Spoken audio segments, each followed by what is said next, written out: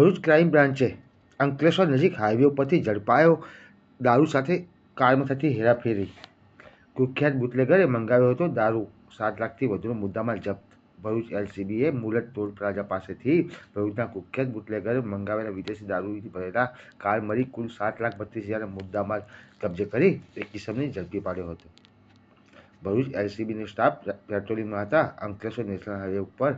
તે દરમિયાન બાતમી મળી હતી કે હુન્ડાઈ i20 કારમાં વિદેશી દારૂનો જથ્થો ભરી સુરતથી મુલત ટોલ પ્લાઝા તરફ જઈ રહી છે, ભરૂચ આવનાર છે અને જેવી બાતમીના આધારે પોલીસે મુલત ટોલ પ્લાઝા પાસે વોચ ગોઠવી હતી। દરમિયાન બાતમીવાળી કાર આવતા પોલીસે તેને અટકાવી તેમાં તપાસ કરતા તેમાંથી વિદેશી દારૂની 527 નંગ બોટલ મળી આવી હતી।